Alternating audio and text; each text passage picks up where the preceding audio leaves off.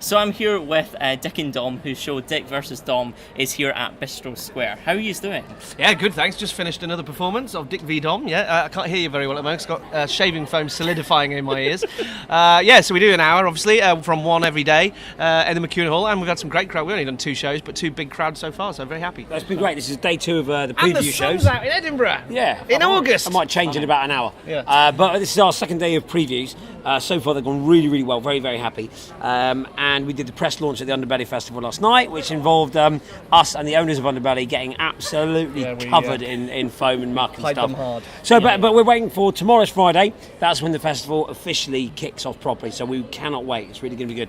Excellent. So how did you come up with the idea for Dick v Dom? Was it from, because again you did Dick and Dom the Bungalow for a number of years, and you've done loads of different projects. Where did the actual inspiration come for the show? We'd always done live work on like festival crowds and stuff, and we always, years and years ago, late 2009, 8, something like that, we used to split the crowd in half and kind of do a bit of games between the two, but it wasn't a formulaic show then. Yeah, it was actually a massive show as well. It was BBC's Proms in the Park, and we were asked to come on and do the warm-up for Terry Wogan, and they wanted us to come on, introduce a few acts to warm up. I mean, at Hyde Park, there was people as far as the eye could see, and that was where we went, well, what can we do with that many people? So we went, I know, why don't we split the whole crowd in half and do games against each other and race like balls all the way down to the end of the park and back again. So that was the beginning of it all, and then we just got booked for more and more festivals, and it just kind of evolved, and Butlins was a massive influence in the show kind of growing, because they invested in it and they grew the show, and it just got bigger and bigger. Excellent. And like for me, I've just seen the show here at the Fringe, and you literally become like a 5-year-old again. It's weird. You go back into that time when you watch the Saturday shows. Was that always part of the sort of idea? Did you always like? Yeah, because I suppose what happens with us is we've been doing it so long now. We're quite old, and can't you tell?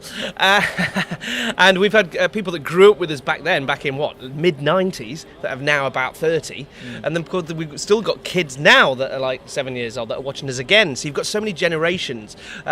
So we kind of do something for everyone out there. You either remember it from the first time we did it, or you're looking at it with new eyes, going, "Oh, I quite like this." So we're kind of doing the same thing, and it's still working, luckily.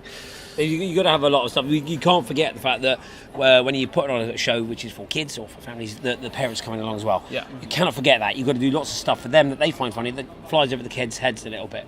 So we make sure we do a bit of everything. So you you sort of pair the audience off. Yeah. You've got the Dicks versus the Doms. Correct. I was a Dick in the audience. Good. And best side, best way. And was that sort of rivalry between the audience? You really get involved in it. Yeah. Like we're shouting on. Strange, you're. What were you chanting? You were chanting. I was chanting, "Go Dicks." Yeah. How's that?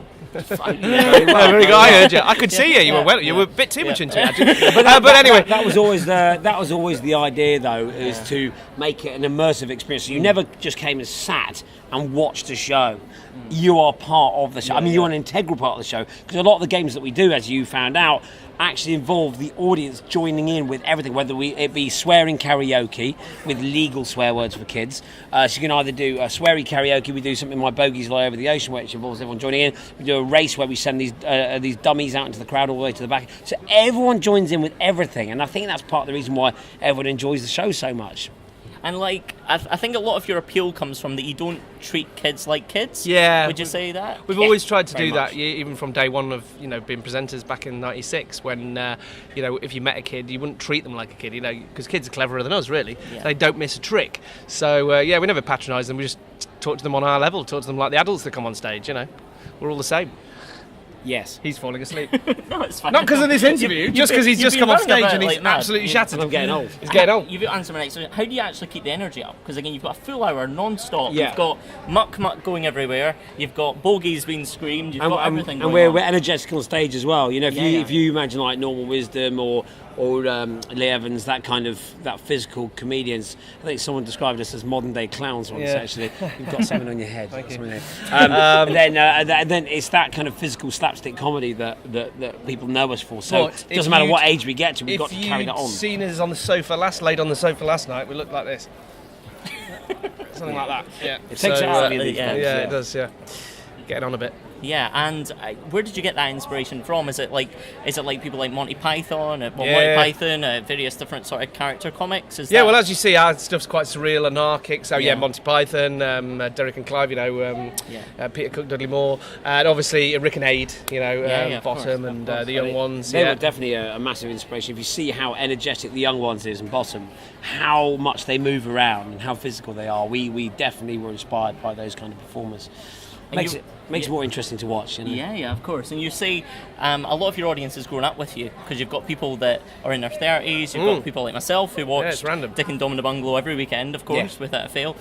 Is it quite nice to have that sort of, like, even when people like myself come back to see a show like this, it feels like they're revisiting their childhood in a way? Yeah. Well, I think everyone, we've always said, like, if you watch something as a kid, like we think, like, Philip Schofield is like a massive idol of ours, and when you remember them or meet them or see them on telly now, you still remember your childhood. So I think anybody that gets something in their head that they really like when they're younger, it doesn't ever leave you, You always remember it. Nostalgia's really big at the moment. Nostalgia's back. Nostalgia's really big at the moment. And, look, we still get it. When we did Loose Ends on Radio 4 recently, it was hosted by Clive Anderson. Oh, yeah. And we met him, and like you said, you regress straight away. Yeah. Suddenly we regress to be a kid on the sofa with our parents watching Whose Line Is It Anyway? And I think that's what a lot of people, maybe yourself, that's what you get when you come to watch that show, which is why it works for so many different ages that come to watch the show. And you get the adults involved, you get the kids involved as well. Everyone feels a part of the show. And we also have groups of students that turn up with no kids, and they're not part of a family situation. They literally have just remembered us from the bungalow, and they're like now 21 and live in Edinburgh,